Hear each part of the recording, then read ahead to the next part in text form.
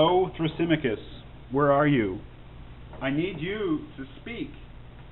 It's not that Glaucon, who's doing most of the talking with Socrates, is not a good philosopher, but his problem is that he loves Socrates, and that he's a good person. Thrasymachus does not love Socrates and is not a good person, and sometimes that's exactly the person you want to have around. Why? Because he is unafraid to bring up what might be legitimate complaints, legitimate problems with the argument that Socrates is laying out. So, Thrasymachus, speak. Speak, now that we're done, we are done. The books 8, 9, and 10 are great and interesting and really fill out the political side of the discussion, and there's this really fascinating description of how there's different types of souls which correspond to different types of cities, and it's classic and you should read it. But as far as the argument for the superiority of the just life over the unjust life, I think that we're done. And Thrasymachus could speak up now again, as we had him do at the end of Book 4. Remember that he accepted everything that Socrates laid out except for the contention that we must follow the rational part of the self in order to be happy and live successful lives. That remained unproven, and I think it did. Socrates has given us a further argument, which is basically a metaphysical argument about reality, which has basically said, listen, this top half of this line is what's real. Through rationality, your mind, your reason, the rational part, that's how you know what's real. Now think about what's on the bottom part of the divided line, which is basically nature, the physical objects around us. Now ask yourself what part of yourself puts you in touch with, is connected to, is yoked to those natural objects. It's your desires. Your desires, your physical part, is what, those urges are for physical things. They're for the things of nature that satisfy our desires.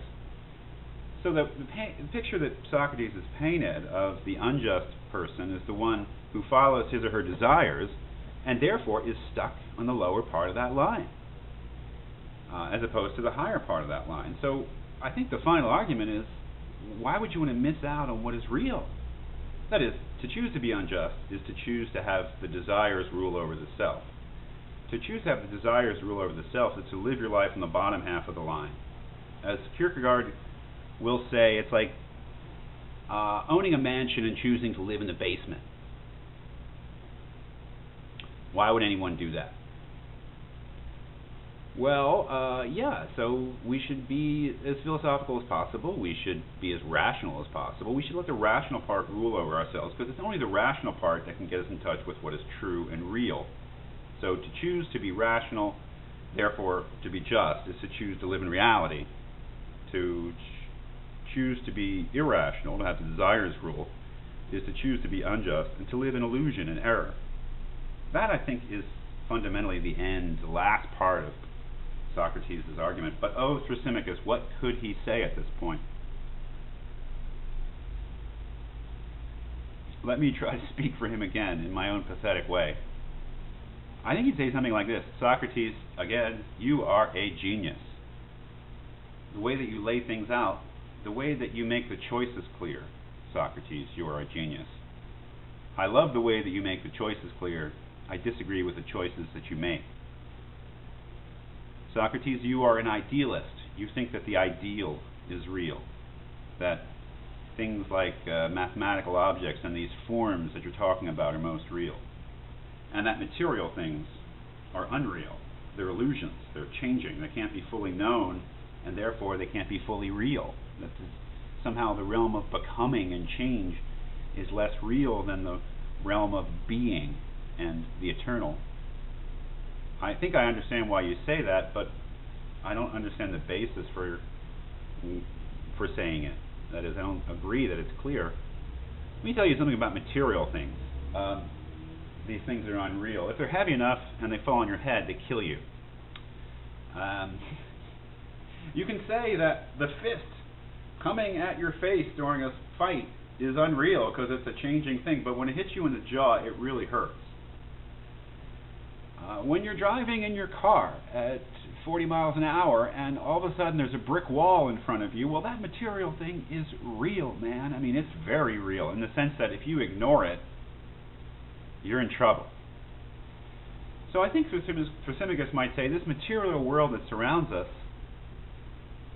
it's real, man. And, you're saying that things like the form of beauty are what's most real and unchanging. Well, let me tell you something about the form of beauty. Different cultures at different times have believed in very different notions of what is beautiful, just as they believed in very different notions of what is just and good and virtuous, the other things that you think are unchangeable forms. Now, mathematics, I'm not really too sure about. There are different forms of mathematics. If we jump ahead 2,000 years or 2,500 years, there are non-Euclidean forms of mathematics that Plato could have never dreamed of. But if we think about the forms, now Plato's claiming that those things are most real, that they never change, that they're the most knowable things. That doesn't appear to be clear at all. In fact, it seems to be good evidence that that's not true, Thrasymachus might say. So, if I'm Thrasymachus, I'm going to say, Socrates, you've laid out the choices, and you've chosen idealism, in the sense that ideas, the non-visible, the conceptual, is what's most real. I, Thrasymachus, am a materialist. I believe that what's most real is what is physical, that what's real is what opposes me. What's real is what resists me, what my will has no control over.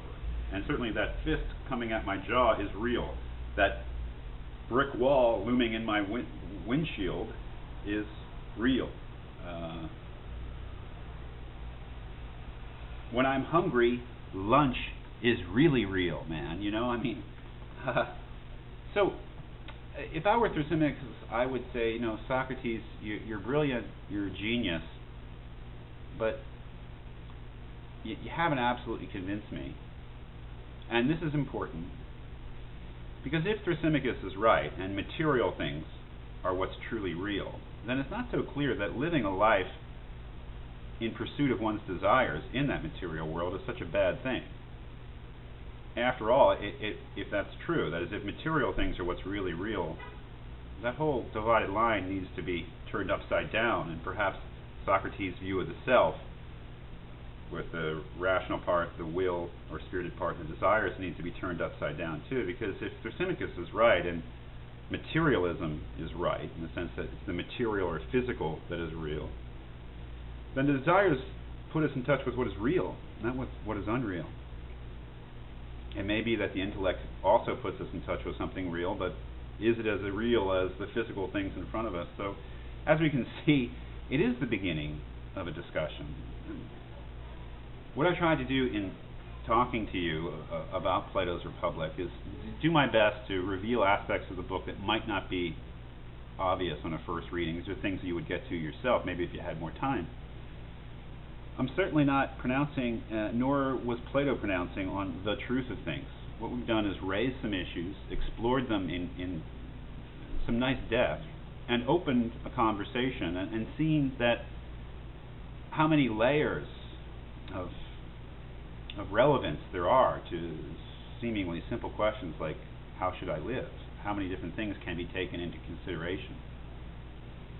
So the discussion begins. I hope it begins in your mind. I hope that that these questions are real to you and that you can relate them to your life and your nature.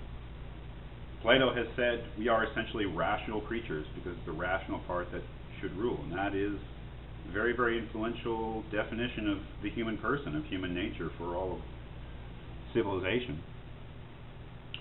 I think Thrasymachus, at least implied, as we speak up for him, has said that we are essentially animals, that the material world that surrounds us is our home, and that happiness consists of being in touch with that world in the right way and satisfying our desires. So one more thing, though, we'll take a look at the little image of Book 9, which is a very colorful and nice representation of what Socrates is getting at in this book.